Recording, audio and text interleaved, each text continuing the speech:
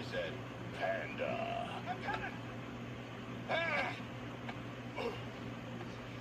Stairs from DreamWorks. My lung is broken out of prison. Our only hope is the Dragon Warrior. The panda? We're dead. Jack Black. What are you gonna do? Sit on me? Don't tempt me. Get ready to feel the thunder! DreamWorks Kung Fu Panda.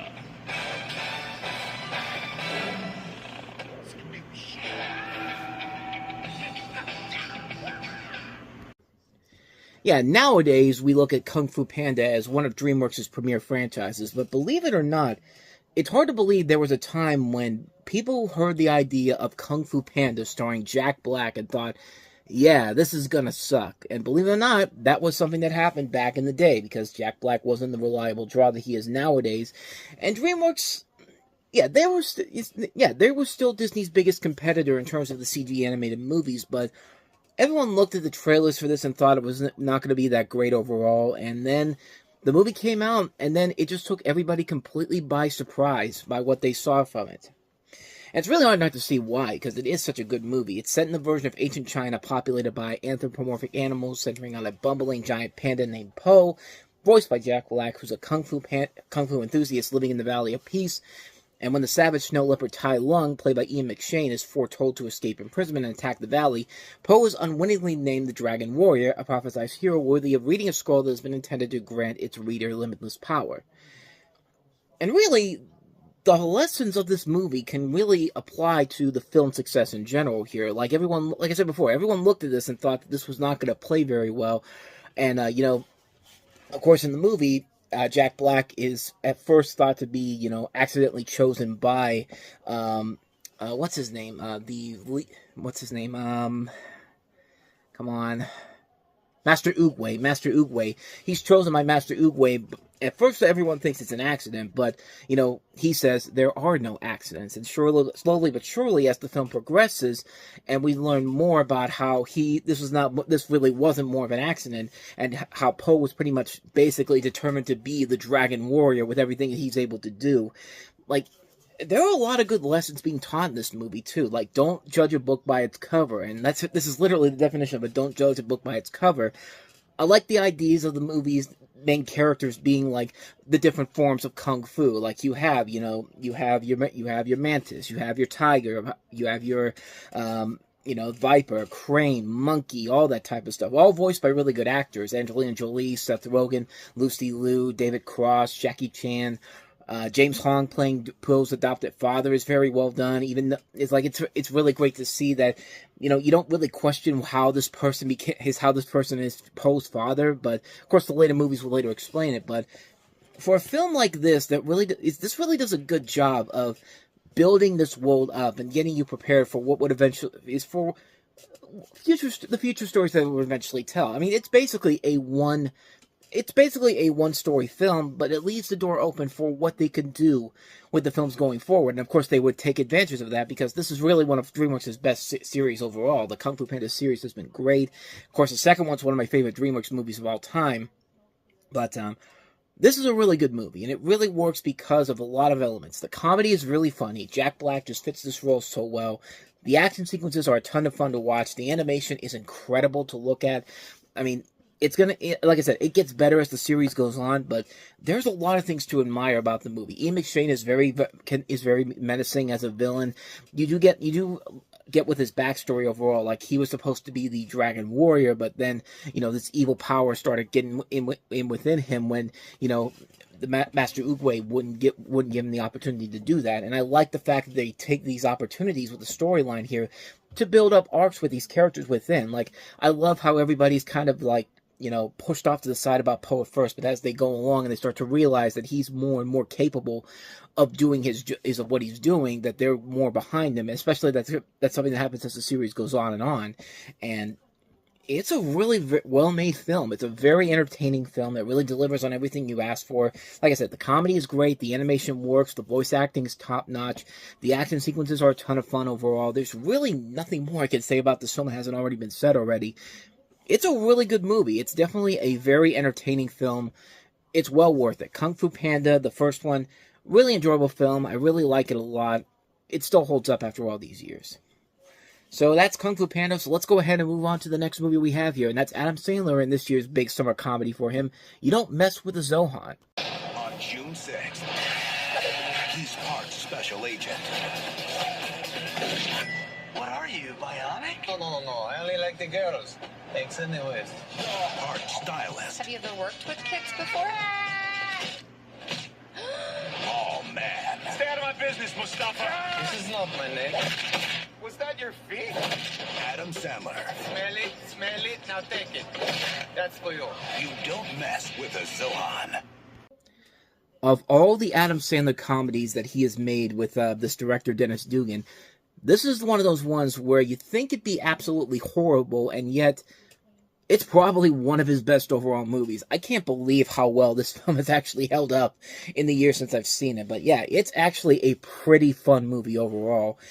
You have Adam Sandler playing an Israeli super soldier and counter-terrorist commando who fakes his own death to pursue his dreams of becoming a hairstylist in the United States while contending with a crooked businessman, a superhuman terrorist arch-rival, and the grudge of a certain taxi driver.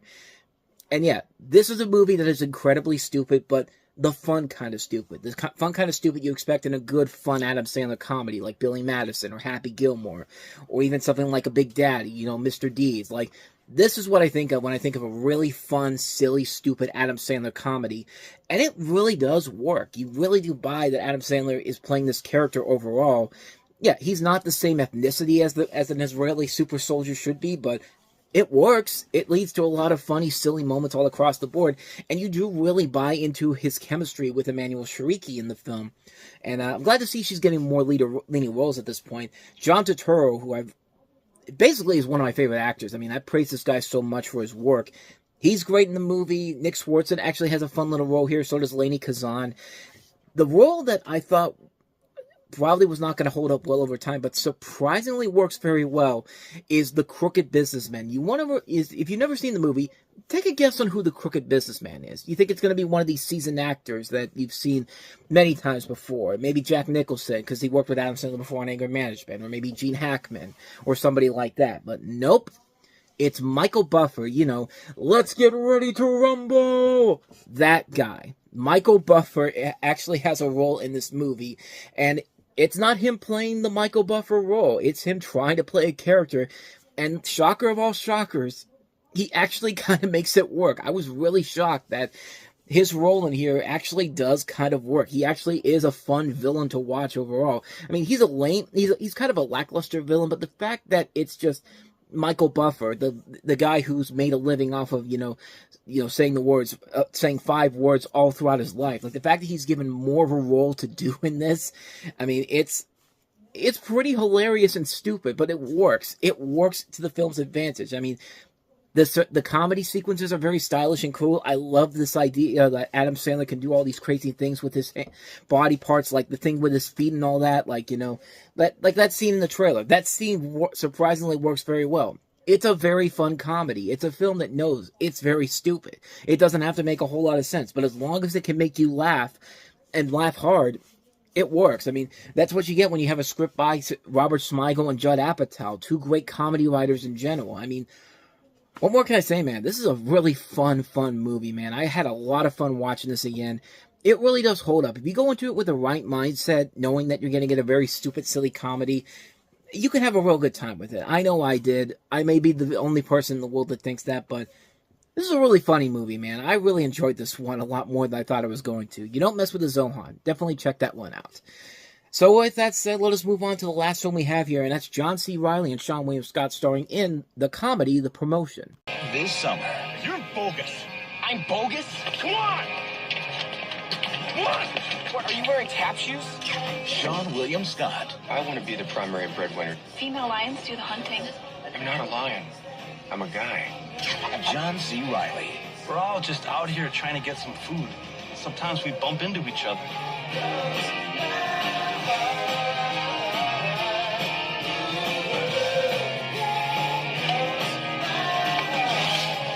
The Promotion. At least I assume it's a comedy because, this is a film that definitely definitely really does not feel like it's trying to be a comedy, even though it has a plot that's very similar to what Will Ferrell would do with one of his comedies, you know. You have a look at the quest for the American dream, where you have two grocery store managers, Sean William Scott and John C. Reilly, vying for a promotion. But, as you see, Sean William Scott and John C. Reilly are joined by Jenna Fisher, Lily Taylor's also in here, Gail Bellows from Ally McBeal, Fred Armisen. This was written and directed by the guy who wrote one of my favorite underrated Nicolas Cage movies, The Weatherman, Stephen Conrad. And yeah, at times the movie can be a comedy and fun overall, but when it tries to take itself way too seriously, and it happens a lot, it really kind of ruins the ebb and flow of the movie. The movie isn't terrible. It just can't find a direction where it wants to go. Does it want to be the comedy that this is trying to be sold as, you know? Does it want to be like a Will Ferrell, John C. Reilly comedy, like the one that's going to show up here in a couple weeks? Or does it want to be a drama? Like, it can't really balance it out very well. And I think that really is the main problem with the film overall, is that it can't really balance what it wants to be. Does it want to be a comedy? Does it want to be a drama? It's really too hard to figure out what it is. It's not, like I said, it's not a bad movie, but it's definitely a film that really is lost in what it's trying to accomplish here. Like, what's the end game here? What am I supposed to take away from it?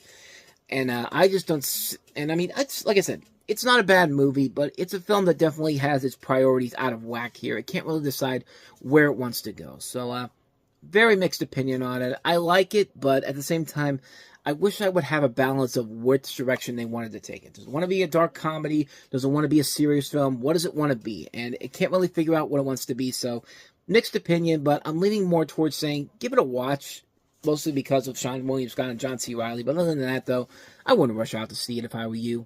Let's go ahead and take a look at the biggest new release of the weekend, The Incredible Hulk, which was not a big hit when it came out. I mean, it did better than the original Hulk movie did in 2003, the Ang Lee one, so... And we're just coming off of Iron Man. I really can't imagine why this movie failed to find an audience, honestly.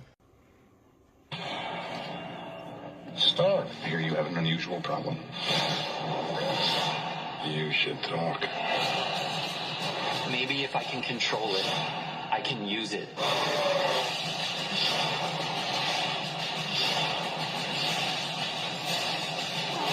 Incredible Hulk. The subway's probably quickest. Me in a metal tube with hundreds of people in the most aggressive city in the world. Right.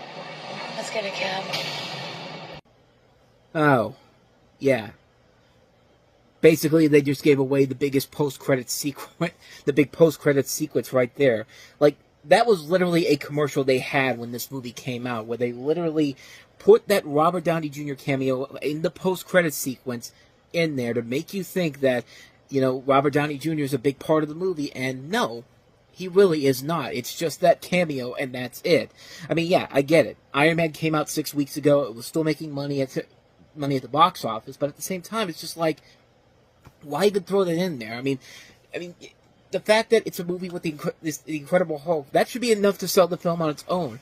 But no, not with this movie. They had to do that, and part of me thinks that's part of the reason why the film didn't do so very well.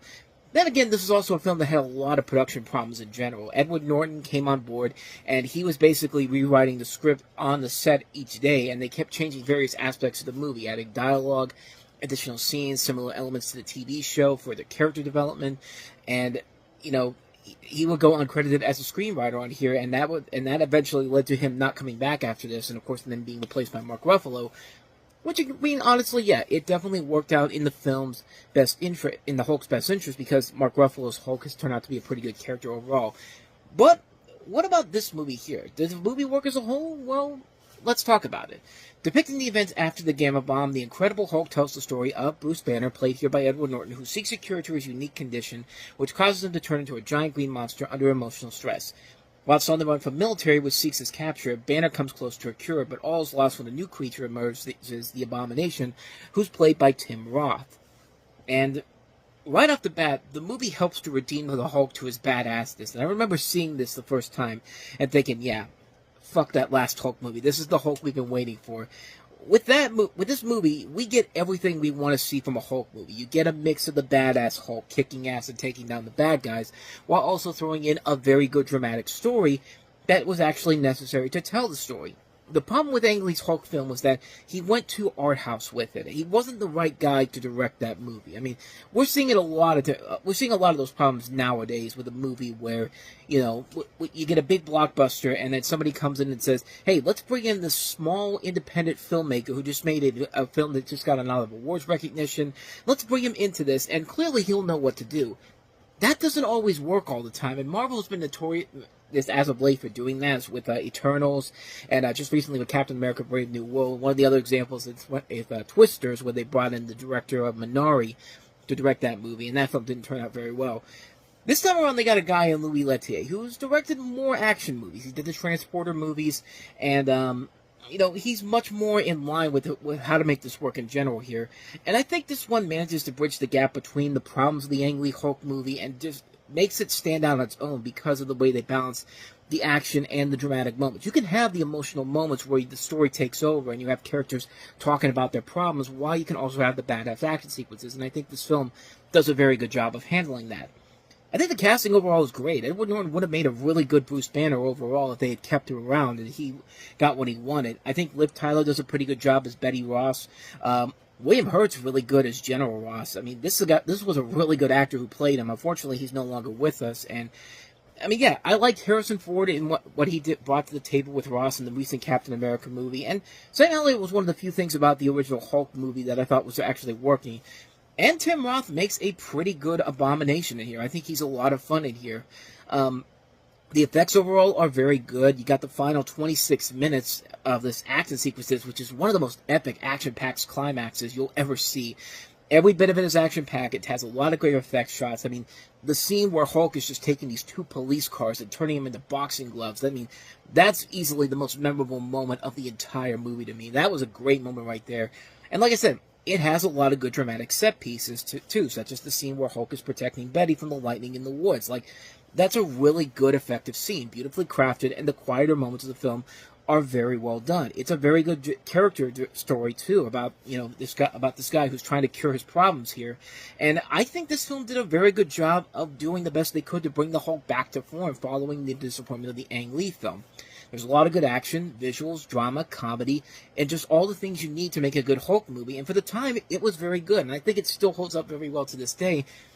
But, you know, of course, the Avengers would eventually lead into Mark Ruffalo coming into play. And I think they've done a good job of establishing that character more. You know, making him balance, you know, his anger issues and making him still talk like the Bruce Banner that we know when he's not the Hulk, I think was a smart move on their part. That was one of the things I really liked about Endgame, and he's one of the things I like about the She-Hulk series, too. Even though I like the She-Hulk series much more than most people do. This is a really good movie, man.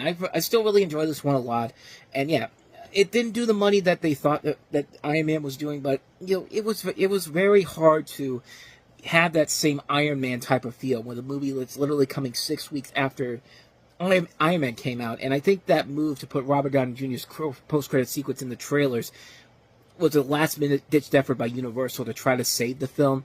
I don't think it really did it in the end, per se, but the movie we got was pretty damn good regardless. I think it's a really well-made film. It's one I definitely highly recommend checking out. It's a really good movie. The Incredible Hulk. What more can you say, man? Really good movie. So, with all that said, on to the last film we have here, the most notably bad of the two movies that we have here, M. Night Shyamalan's first R-rated movie, and that is The Happening.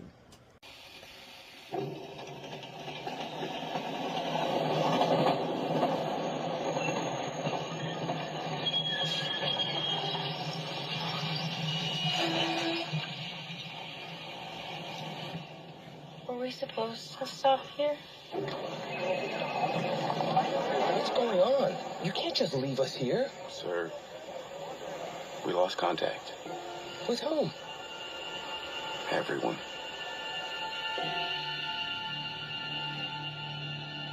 There appears to be an event happening.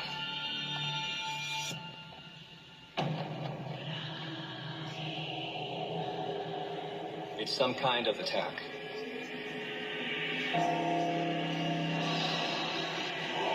The first stage is loss of speech.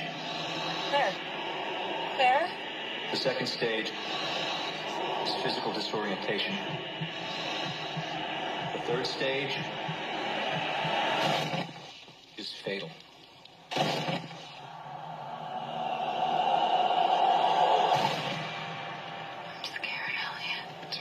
The attacks are spreading. Boston, Philadelphia. Maryland. It's all over the country. Authorities are now feeling that a terrorist group being responsible is becoming less and less likely. She says everyone's dead outside.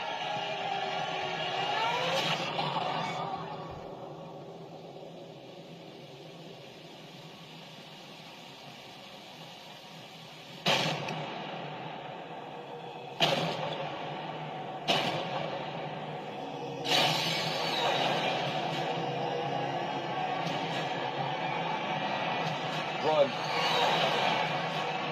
Shut the windows and the doors! Here it comes! Could this really be happening?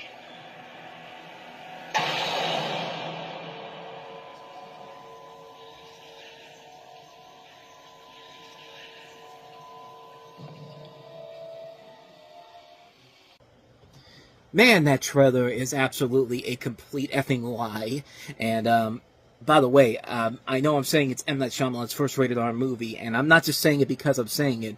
They were literally putting it out there that this was the first R-rated movie by M. Night Shyamalan. I don't understand it. The first R-rated film from the writer-director of The Sixth Sense and Signs is now going further. Oh my God! Than what was shown in theaters. The Happening. Now available.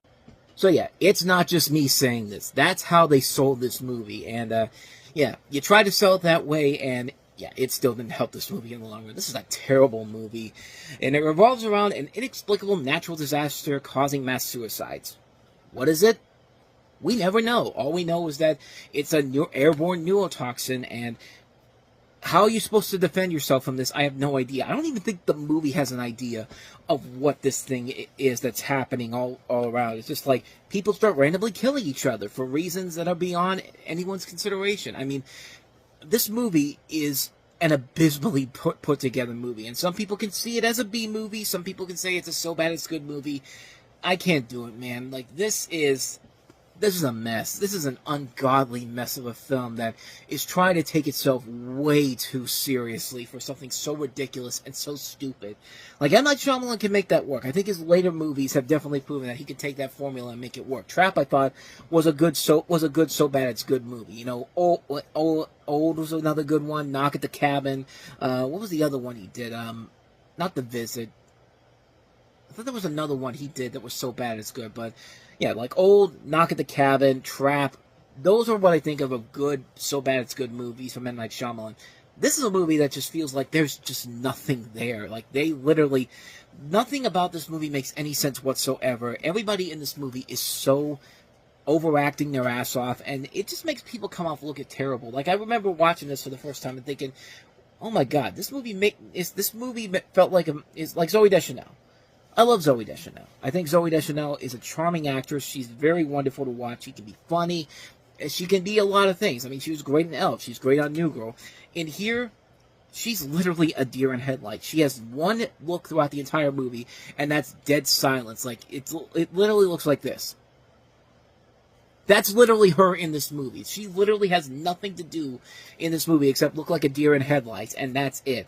And there were people who did not like her because they felt like that was her acting overall. And this movie just basically kind of reinforces that stereotype, if you will. But, yeah, the stuff about the bees and all that, like, the lines in here are so badly put together. Like, yeah. My favorite one is the favorite thing, the one that made me go, like, okay, this is clearly made by somebody who is socially inept, is when, you know, they go to this greenhouse, and one of the guys one of the guys who owns the greenhouse is just like, you know, hot dogs get a bad rap. What? Like, what are you even talking about? Like, hot dogs get a bad rap? Like, who says that type of stuff to a normal human being? Nobody. Like, yeah, some people could see this as a comedy, some people could see it as a B movie, but I don't know, man. I just can't do it with this film, man. I mean, this thing is too stupid for its own good. Lady in the Water was a so bad it's good movie too. That's another one I could add in there because, yeah, like the scene with the kids talking about these prophecies while he's looking at these boxes of cereals. It's just like, come on, man. Like, that stuff where it can be like, that's hilariously bad. Nothing about this movie is hilariously bad. It's a boring movie. Nothing of interest happens in this film. Like, that trailer has more happening than the actual happening in the movie. And it's never explained what's going on at all. They never explain what happens. They never explain why it randomly stops. The movie just ends, and it's just like, oh, it's happening again. And across the, what was it, London, I think it was? Paris.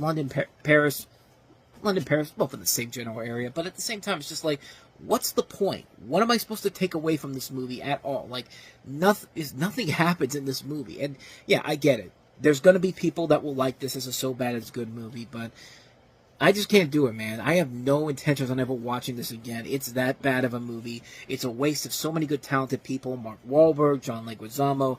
I mean, Dante from Clerks is in this movie, for God's sakes. Like, there's so many good names in this movie, and M. Night Shyamalan has done so much better than this, and this was just in the middle of that really, really bad streak he had, and hey, don't worry, he's got a sneak preview of his next abomination, Avatar: The Last Airbender. Somebody just got an Avatar backpack, and yeah, I think we all know how that turned out. If you haven't seen my worst movies of all time list, definitely check that one out, but yeah, I got nothing else for you, man. This thing is pretty bad. Like, this is a film that is so badly put together.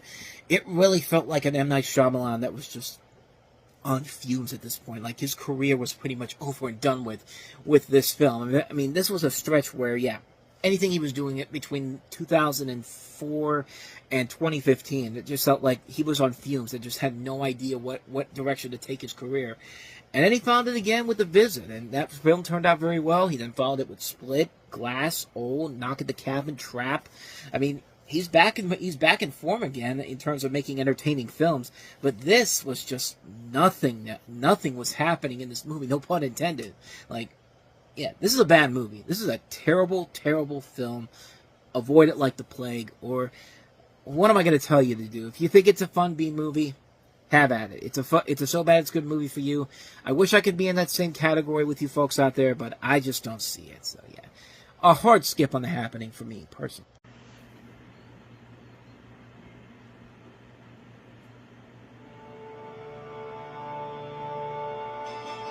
There has always been a delicate balance between chaos and control.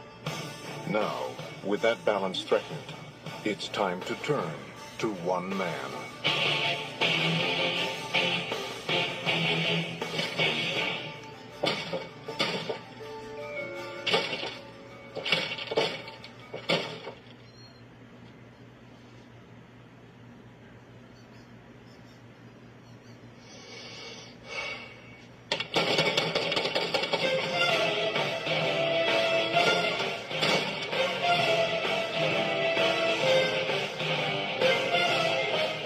Underestimated me and the element of surprise!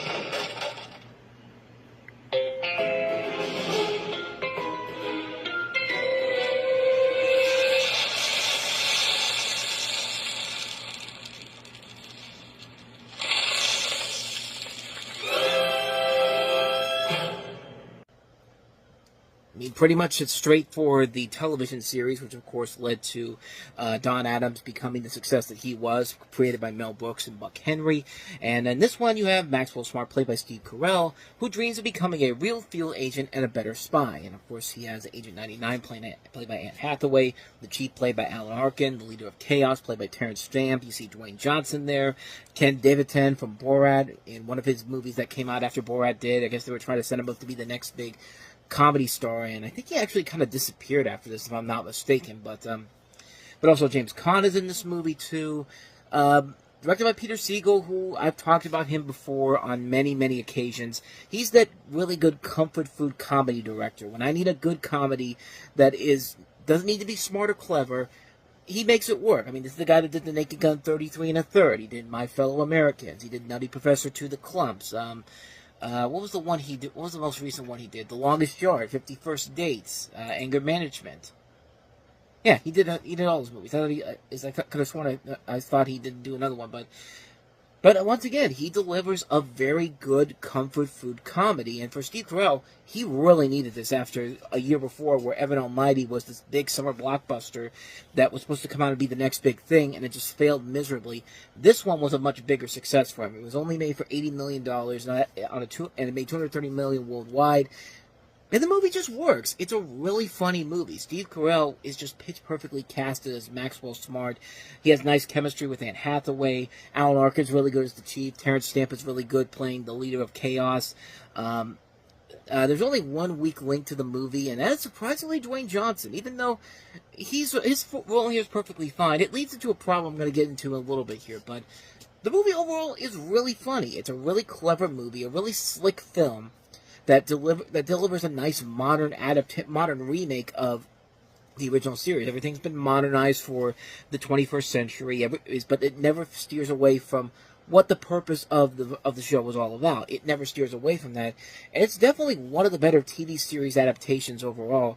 I'm kind of glad they never made a sequel to this, honestly. They've been talking about doing it for a long, long time, but then they finally just shelved it after Alan Arkin passed away, which, yeah, 15 years later, it's already too late at this point to do a sequel. And if you're going to do one movie, I'm fine with that. It's a good one-movie film. I will say, though, there is one thing about the film that I really did not like about this movie, and it's kind of nitpicky, but it also kind of plays into the plot of the movie where, the whole thing is that they're trying to find out find out if there's a double agent within Control, and they think that they found him, and guess who they think it's going to be? They think it's Maxwell Smart because, he knows things that everybody else shouldn't know, somebody from Control would know.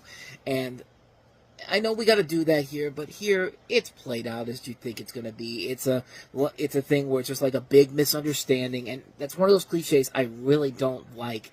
And I personally didn't think they didn't do a good job at it. But like I said, they do it very quickly. It's not something where it completely destroys the film overall. It goes on way too long. But also at the same time, I mean, come on. Steve Carell, Anne Hathaway, Alan Arkin, Dwayne Johnson. Which one of those four do you think would be a double agent for Control? And if it's the one you think you're thinking of here, yeah, I'm not going to say who it is, but anybody of those four names, which one of those do you think is the double agent? Honestly. Like I said, I'm not going to say who it is, but if you can't figure it out by now, then I don't know what to tell you. But again, it's nitpicky. It didn't really, like I said, it didn't hurt the movie overall. I still found it really enjoyable. I thought it was really fun. I thought it was very funny, and it's a really good film overall. I mean, it's interesting that they made a DVD spin-off film that came out 11 days after this movie did. I guess they filmed this around the same time. This movie did, because I think Warner Brothers was trying to jump into the direct-to-DVD game after Disney, Disney had so much success with it. This was actually the last year Disney had a couple of straight-to-DVD movies that didn't really pan out as well as they probably would have, but Warner Brothers was trying to get into the game. They had Warner Premiere. They had already released a couple of DC animated movies, and I think this was one of their first live-action ones they did.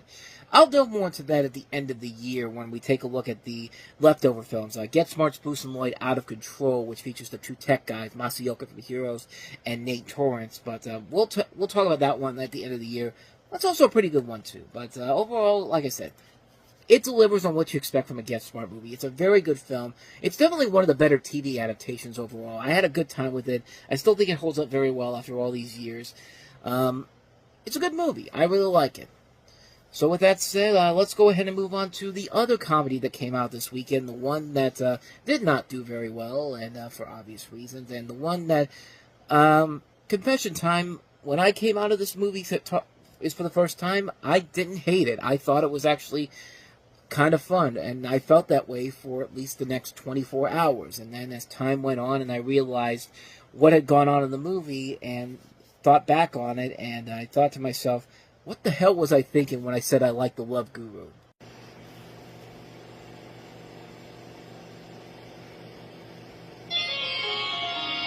When I was a child in India, growing up in the tiny village of Heron Makister, I found a voiceover machine, which I still use to this day.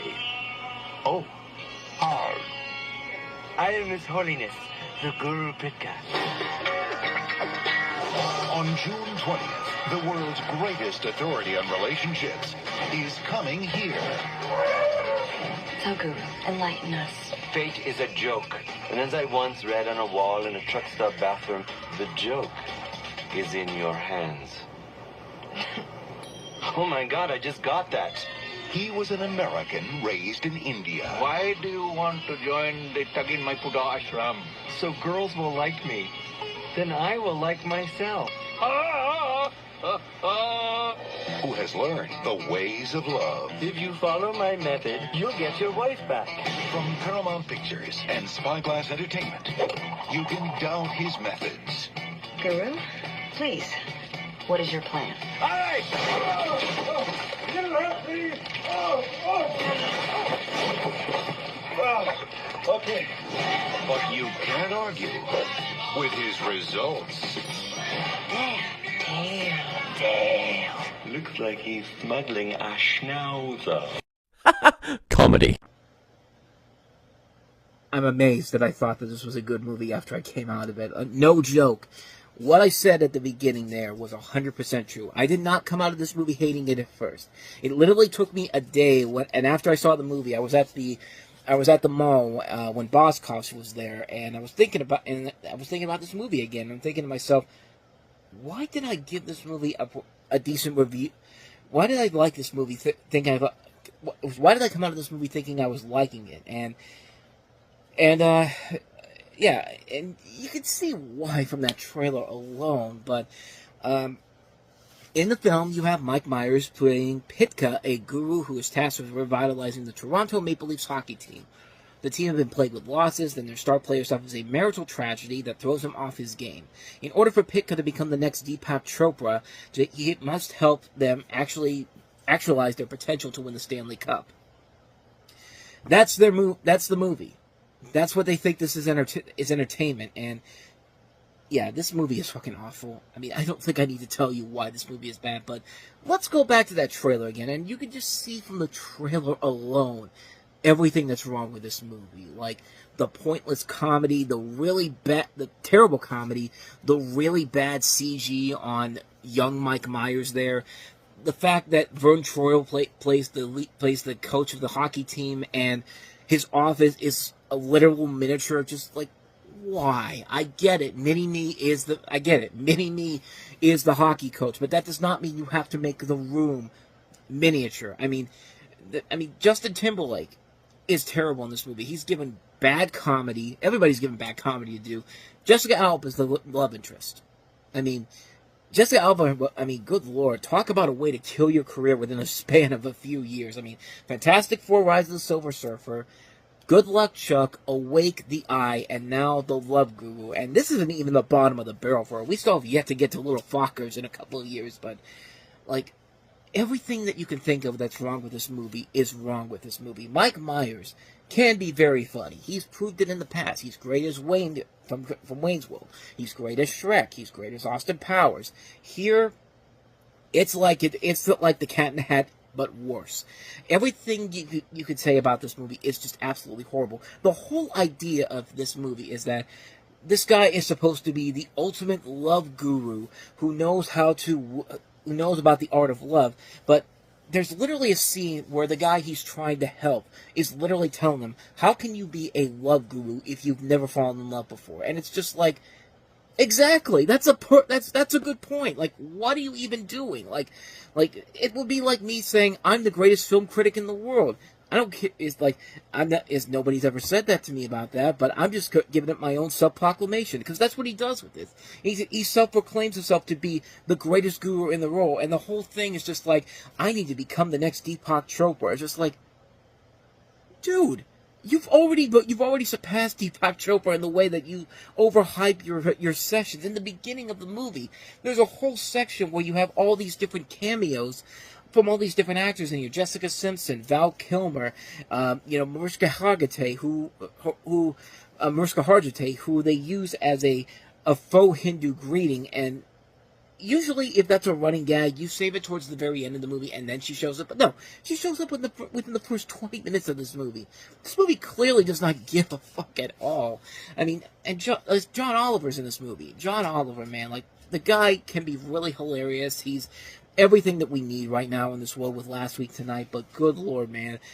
You know how there's examples of many of the late night hosts we have now. They try to go to, they start their careers off after they leave their thing with movies and all that. Seth Meyers had that stretch before he went back to late night television. Jimmy Fallon had that for a couple of years. Jay Leno had that. There's a good reason why John Oliver's not making movies anymore, because of stuff like this and the Smurfs, and just don't even get me started on Ben Kingsley, man. I mean, talk about an embarrassment to his career. Everything that this guy has done since Gandhi, like, nothing pales in comparisons to this right here. This is the bottom of the barrel for Ben Kingsley. I mean, this is absolutely the worst possible thing that this dude has ever done in his career. He is literally acting like a fool. He's literally acting like a stupid idiot. He's acting like a jerk that really is... Like, why would anybody take what he says seriously? He is like, the dude pisses inside of a, he pisses inside of something. I can't remember what it was, but it's just like, this is Gandhi. This is the guy that was in Gandhi, Bugsy, Schindler's List. This guy had a career before this, and, everything that he's done since then, this is the bottom of the barrel. This is the absolute worst thing he's ever done. This is the film that killed Mike Myers' comedy career at this point. I mean, Dana Carvey's probably looking at this and going like, hey, man, thanks for doing this for me, man, because finally people can stop getting on my back about The Master of Disguise. The Master of Disguise is much better it's like Citizen Kane compared to this pile of garbage right here. I mean, have I gotten past the point where I don't need to say anymore?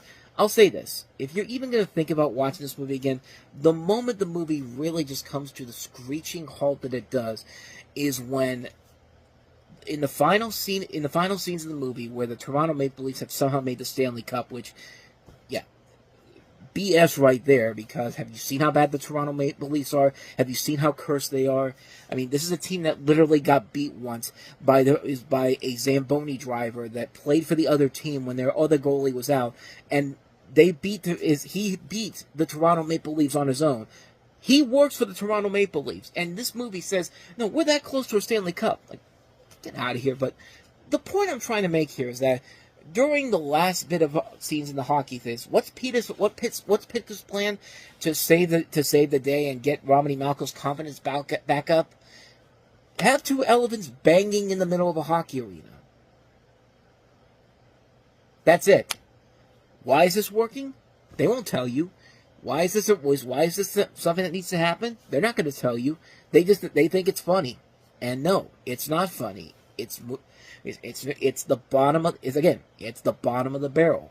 And the more and more I talk about this movie, it is amazing that this is not one of the worst movies I've ever seen. And it's not in my top 30, but this probably would be right next to it. I mean, 31 maybe 32, but yeah, this movie is awful. Everything about this movie is awful, and I could not believe I thought this was a good movie at one point, and just I'm flabbergasted by it. I mean, this isn't as bad as me comparing Larry the Cable Guy Health Inspector to the Naked Gun, but it's pretty damn close. I mean, I've got nothing else for you. I've got nothing else to say. This is absolutely one of the worst pieces of garbage you will ever see. This is the second worst movie I saw in 2008. I mean, it's that bad of a movie. It's one of the worst abominations I have ever seen in my entire life. Have I convinced you not to watch this movie? Even though it's been, 17 years now? You probably haven't watched this movie. Don't watch this movie. I'm begging you not to watch this movie. And I'm coming up on 8 minutes now, me telling you, don't watch this, because you will not last. You will go crazy just like I did in this whole thing right here. I hate this movie so much. So, yeah. I think you get the point. Love Guru is absolutely a waste of time, and there ain't nothing to love about it. And, yeah, Mike Myers, you should be ashamed of your goddamn self, man.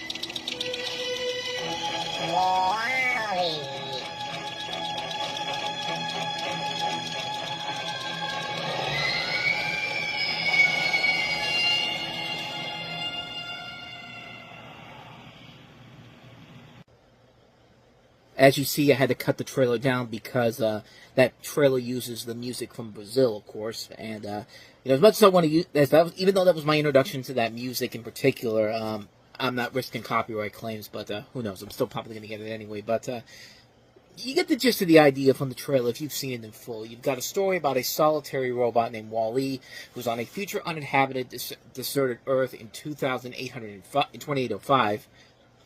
Making it too hard on myself. In 2805, left to clean up the garbage left on the planet. He is visited by this robot called Eve, sent from the spaceship Axiom, whom he falls in love and pursues across the galaxy until they make it to the Axiom, and that's where their next adventure begins. And I pretty much have covered this movie already in my favorite movies of all time, because this is one of my favorite films of all time. It's my favorite Pixar film. It's a movie that I just love to death, man. I think this is just such an incredible, incredible movie, from the visuals to the story, to the wonderful characters. The fact that the first half of this movie is literally just watching these two robots working together and really not really talking at all. There's very little dialogue in the first half of this movie, and it's so refreshing to see and be heard, and like, it's very well done on so many levels. It's a wonderful, wonderful movie. Even when it gets to the second half of the film and you have all the other characters that are being introduced, like the captain of the ship played by Jeff Garlin, you've got the two human characters you follow, John Ratzenberger and Kathy the Jimmy. Even though they're kind of unnecessary to the storyline, they're not bad to the point where, you know, they feel like they're kind of forced in there. No, they're serviceably put in there, and they do serve as a little side plot to the main storyline here. But the main focus is on Wall-E and Eve. You know, Wall-E has never had to deal with another person before, another thing before, and he falls in love with Eve. And you buy their chemistry, you buy their relationships, and there's a lot of great scenes in here where the animation really does take control of it all. You'll never forget the scene where they're just dancing in the stars, and it's just like, I mean, there's just so much I've talked about with this movie before. It's really one of the great animated achievements of all time. We're getting to that point where, you know, the Academy Awards, you know, at this point they had only nominated one film for Best Animated Feature, and that was Beauty and the Beast, which, in my opinion, should have won. I like that movie way better than Silence of the Lambs. But, you know, this was one of those movies where everyone was saying, this should have been a shoo-in for Best Picture. This should have been a Best Picture nominee. And just like that, and another movie that we'll eventually get to, it was not put in there because the Academy just didn't want to acknowledge movies that were against what they usually nominate. They went with the Oscar bait movies. Some of them were good, but most of them were not as good as stuff like Wall-E and another movie that we're going to get to here. And it basically forced the Academy Awards to expand the Best Picture thing, so people would stop getting pissed off about them doing it. But even then, they weren't really using the 10 Best Picture nominations until just this past just the last 4 years, honestly. Even more than that, maybe like probably 2022. I think 2022 was the first time they used 10 full Best Picture nominees, which, I mean, you've had it sitting there for 13 years, and you never bothered to use it until now. I mean, but regardless, this is a film that should have been a Best Picture nominee, honestly. This should have been one of the 5 Best Picture nominees, along with this and another film that we're going to get to in a little bit, but this definitely should have been in that category. This is that good of a film. I've talked about this movie to death so many times before. If you want to hear what I had to say about it, click the link in the corner so you can check out my full review on Wall-E. It's one of my favorite movies of all time, and it really is one of my favorite movies of all time. It's one I go back to all the time. It's a masterpiece. It's the best thing Pixar has ever produced. It's one of the best animated films you'll ever see. What more can you say, man? Wall-E is amazing. So let's go ahead and move on to the second film we have here, the last film we have here, and that's James McAvoy, Morgan Freeman, and Angelina Jolie starring in Wanted. Wesley Gibson, nobody. 6 weeks ago, I was just like you, and then I met her. On June 27th, we are the weapons of fate. Their world. We maintain stability in an unstable world. Her rules. Kill one, save 1,000. His destiny. You doing here? I missed you. Wanted. Rated R. So yeah, this film was definitely met with a very interesting opinion from most people in particular. One of the things that you got to know right from the get-go is that this is based off of a comic book series by Mark Millar, but in the comic book, it was supervillains. But in this movie, it's a secret society of assassins that is the main focus of the storyline here. You've got a movie where you have James McAvoy as this guy, Wesley Gibson, who decides to join the fraternity, which is a secret society of assassins, after learning that his father was a member of the fraternity. And, yeah, the first thing you're going to notice right from the get-go is the fact that it's assassins instead of supervillains, which I don't know why they decided to do it and do it that way, but they did it, and to its credit, it works fine for what they're trying to do here. I mean, it does work in the context of what they're trying to do here, and I think it's because that, you know, the creator Mark Millar Mark Millar looked at this and said, "Okay, I'll let you do this," and he was more content to let those elements from the comics be in here, but just change the fact that supervillains to assassins. He was more than okay with that, and I think that leads to the film being a pretty solid movie overall. Is it a great movie? No. There's definitely a lot of flaws to it, but it's a very entertaining film, and it's a film that I think James McAvoy in particular really shines in here. I mean, you feel some of the pain that this guy has to go through in his normal everyday life. There's a great moment when, you know, he finally snaps it when his boss, I think it's his boss that just keeps bugging the hell out of him, and, you know, there's just this great point where he just screams at the top of his lungs, or "Shut the fuck up!" And, like, moments like that are just so well done, and you just feel his pain because you've been through that before. I've been through that situation my entire life, when somebody will just not stop talking and talking and talking, and you just want to go, "Shut the fuck up!" Like. And then he completely loses it and goes straight to the fraternity. Like, he beats up Star-Lord. Chris Pratt's also in this movie, and he beats him up with a keyboard. And again, a lot of that's taken from the comic book overall. And one of the things that really kind of hurts the film overall is that it's a story that is kind of very generic overall. There's nothing really about it that makes it stand out compared to the original source material, and it is fun to watch the impressive action sequences here from this director, Timon Bekmambetov, who also did the Night Watch series, and also he did, what else did he do? Did he do something else before this, or was it just the, okay, he did the Night Watch and Day Watch, but other than that, he hasn't really done anything of noteworthiness since then. Abraham Lincoln, Vampire Hunter, the remake of Ben-Hur. Yeah, you probably don't even remember those movies existed, but you remember this one because, yeah, there was a lot of stylish, cool-looking action sequences here and a very good story overall to make it work. Angelina Jolie is very charismatic in here. James McAvoy is very good. Morgan Freeman is a ton of fun to watch. Like, I love the fact that, you know, here's a movie where you finally get to hear Morgan Freeman pull out his inner Samuel Jackson and say, "Shoot this motherfucker." And just the way he says it, you know, "Shoot this motherfucker," like with that voice of his, like, that distinctive voice of his yelling the word "motherfucker," like, it works. It works very well, and yeah, it's a fun movie. It's the perfect definition of a fun summer blockbuster film. Like, you go into it, you get a big tub of popcorn, you get a drink, and you just go sit in there and have a good time with it. And it really is a good time all across the board. It's a very fun film, a very enjoyable film. Take it for what it is, and you really enjoy the hell out of it. And I certainly did enjoy the hell out of it, per se. So, that's my thoughts on Wanted.